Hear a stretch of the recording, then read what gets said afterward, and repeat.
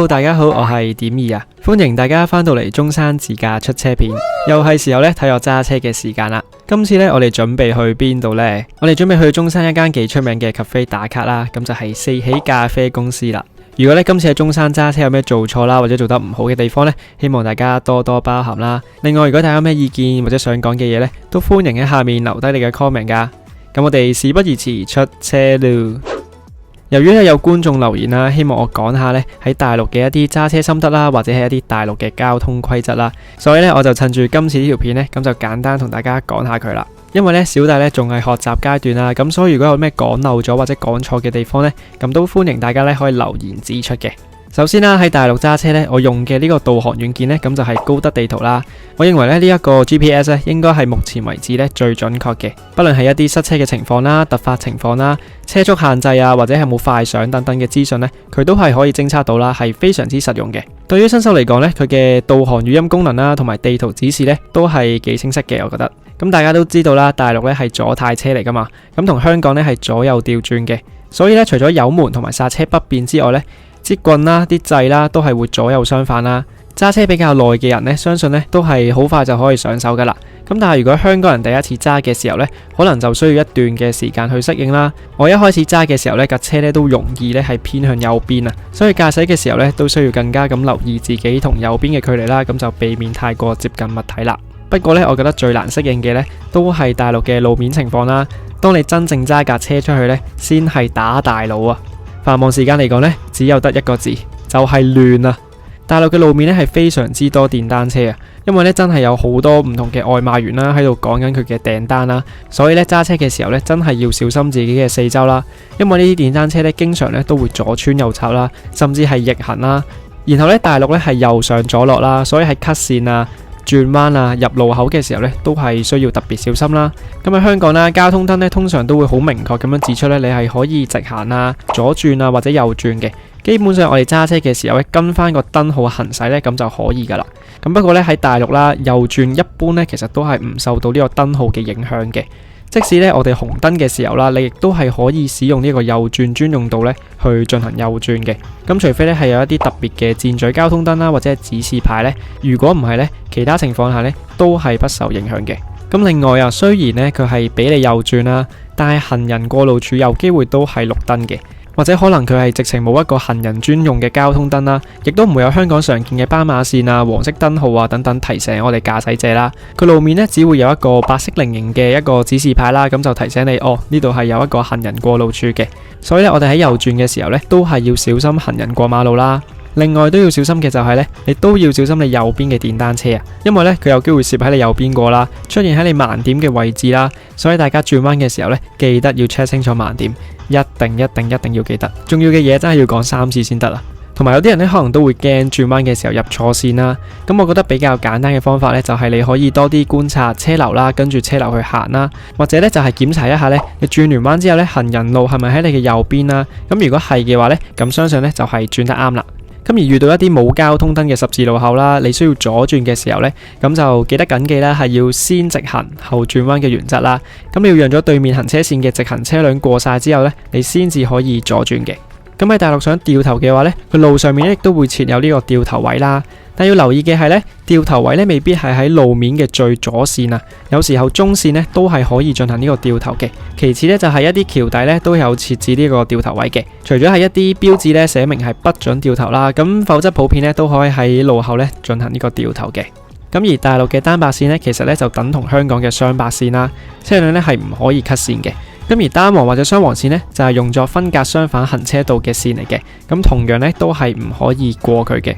跟住呢，就講下呢個紅綠燈嘅燈號啦，相信大家都知啦，香港紅轉綠嘅次序呢，就係紅啦、紅黃綠，綠轉紅嘅次序呢，就係綠黃紅啦。相反啦，大陸嘅紅轉綠嘅次序呢，就只有紅同綠啦，綠轉紅嘅次序呢，就係綠黃紅啦，有啲燈呢仲會有倒計時添。然後就係呢，我哋經過一啲路口嘅時候呢，有機會頭頂嘅相機呢係會閃燈啦。咁喺香港可能你會驚咗，哎呀死啦，俾人影咗快相添。不過其實喺大陸揸車呢，影相係好普遍嘅。大陸呢係有呢個安全帶影相啦、車輛壓線影相啦、不禮讓行人影相啦、高速公路收費影相等等嘅。所以即使呢你冇違規都好呢，佢都有機會影相啦。咁所以呢，就算你俾人影咗呢，如果你冇做錯嘢呢，都係唔需要太過擔心嘅。咁跟住落嚟咧就講下呢一個道路嘅收費啦。由於今次喺深圳揸去中山啦，中間亦都有經過一個收費站嘅。咁而香港嘅收費道路咧就只有呢個隧道費啦，大陸咧就係收取呢個高速公路費嘅，同埋大陸咧亦都設有呢個自動收費啦，同埋人工通道嘅。如果你係冇車牌啦、港路車牌啦，或者係冇裝呢個 ETC 嘅車呢，記得呢就要行翻右邊嘅人工通道啦。然後呢，就係喺高速公路上面啦，可能香港嘅高速公路呢，就只有設置呢個最高時速啦，不論係慢線啦、中線啦、快線呢，都係一樣嘅。香港嘅快線呢，就係喺最右邊啦，車輛亦都唔可以長期使用快線嘅，同埋 P 牌嘅你記得都唔好用啊。相反啦，內地嘅高速公路啦，一啲普遍嘅指示牌呢，都係顯示呢個最高時速嘅。不過如果好似呢一種呢，分咗唔同行車線嘅指示牌呢，就有機會唔同啦。紅色嘅呢就係表示最高時速啦，藍色嘅呢就係表示呢個最低時速嘅。慢線、中線、快線有機會都係唔同嘅。咁大陸嘅快線呢就會喺最左邊啦，同埋車輛呢係可以長期喺快線上面行駛都係 OK 嘅。另外啦，我都想講下啦，對於夜晚喺高速公路上面行駛呢，我個人嚟講呢係會有少少驚嘅，因為大陸有啲高速公路呢係冇呢個路燈啦，咁所以喺夜晚行駛嘅時候呢，基本上呢我哋揸車都係要開高燈嘅。咁所以就係黑得嚟又殘眼啦，所以夜晚揸車咧都幾攰噶其實。然後咧就係講下泊車嘅部分啦。相信大家都知道啦，香港嘅停車場咧大多數都係使用八達通啦，或者係車牌識別進場嘅。不過大陸嘅停車場咧幾乎都係用呢個車牌識別啦，走嘅時候咧用翻一啲支付工具啦，咁就提前付款咧咁就可以噶啦。不過我都有聽講過咧，就係有啲港澳車牌咧係有啲地方係識別唔到嘅。喺大陸啦，除咗停車場之外咧，你都可以選擇泊喺街度嘅。咁而收費詳情咧就要根據翻嗰度嘅路牌啦，咁就大家睇翻啦。或者好似中山呢一度啦，我見有唔少街咧都係有劃到呢個停車格啦，咁都係可以停嘅。咁我諗呢啲咧應該都係唔使錢嘅。最後啦，我覺得香港人啦同埋內地嘅駕駛態度咧，其實都係存在唔少嘅差異啦。可能普遍嚟講咧，香港人咧都會比較禮讓啦，遵守規則嘅。不過咧喺大陸揸車咧都有機會到一啲唔打燈啊、唔禮讓啊、夾硬逼你嘅情況啦。咁大家咧就要記得保持冷靜，小心揸車啊！千祈唔好意氣用事啦，安全第一。咁萬一有啲咩危險咧，大家都可以參考下下面嘅求助電話啦。咁我就上網揾嘅。咁就希望大家都唔使用到呢啲電話啦。咁除咗聽 GPS 嘅指示之外呢，亦都要自己多啲留意一啲道路指示牌啦。開心自駕遊，千祈唔好酒後駕駛啊！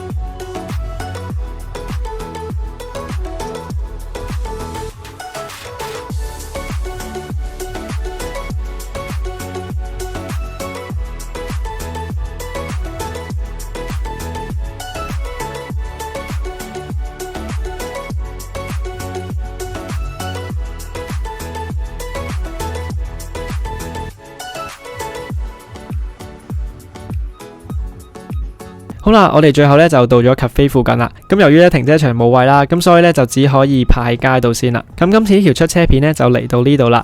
希望大家咧都可以了解更多一啲大陸嘅路面情況啦。如果大家中意呢條片咧，記得撳個 like 啦、share 同埋 subscribe 我啦。我係點兒，一個好中意揸車四周圍玩嘅人。我哋下次再見啦，拜拜。